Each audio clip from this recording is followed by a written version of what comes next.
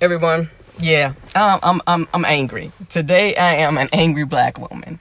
I don't know if you've seen the news, but Kamala Harris has dropped out of the race, and there are gonna be some people who are gonna say all kinds of shit. They're gonna say it was because of her campaign.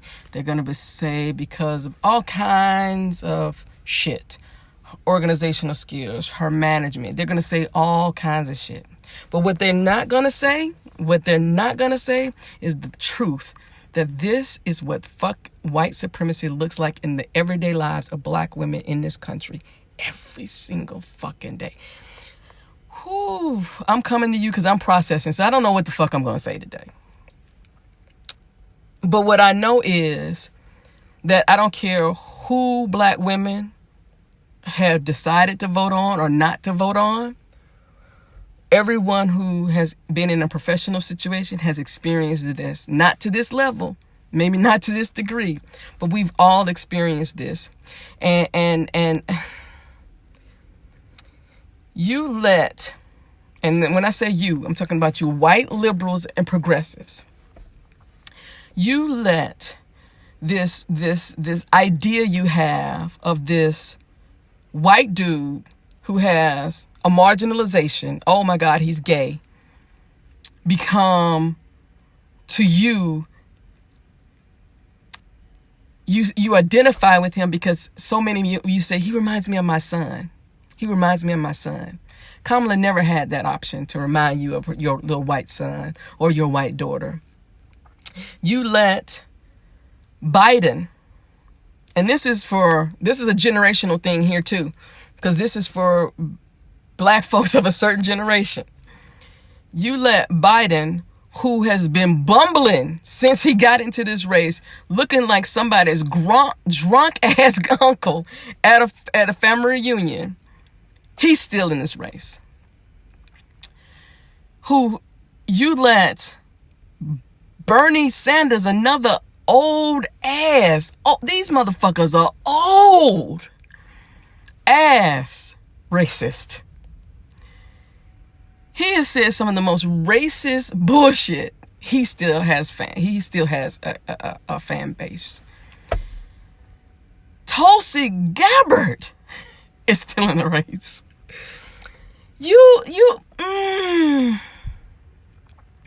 is what it is. This is hitting me hard because this is what I talk about every single day, just as amplified and as loud as we see every single day in the workplace. So know your workplace is not diverse and know your fucking workplace is not inclusive because you do shit like this. There is nowhere in hell that, first of all, that Becky ass woman, and I knew this shit when it came out, when this woman, this email about her resignation, I knew there was some shit behind this. She couldn't just leave. No, Harris campaign, who actively promoted stop and frisk, who actively has said, who has come into the campaign to, he wants to say he's coming to the campaign because everybody's too progressive. No, you've come into the campaign because you can buy something and you're scared of the fact that there might be a woman who holds you accountable. You know what? Fuck all that. But let's be honest. This is where I had a conversation and I disagreed with somebody very clearly. For me, I had gotten way beyond what their platform was, what they believed in. Because as long as Mitch McConnell is there, ain't shit gonna happen no way. It wasn't nothing about to happen. They have bills and laws and legislation sitting around right now waiting to get passed, and this motherfucker won't do nothing. So I was like, I don't give a fuck who comes into office. If he ain't gone, if they don't have control of the Senate, ain't shit gonna happen. So I knew that. So what I was hoping for is to continue to have individuals like Kamala and Julian Castro continue to say shit that nobody else is gonna say. Even Corey, they're saying shit that nobody else is gonna say. First of all, it's not their lived experience, and second of all, these white candidates will say anything about they will talk about race separately And they'll talk about the economy and healthcare and everything. They never put that shit together, because to do that would upset, oh my God, the white working middle class. No one wants to talk about that healthcare is fucked up because we have a system rooted in white supremacy and racism. No one wants to talk about the education system is fucked up because it's rooted in white supremacy and anti-race and racism.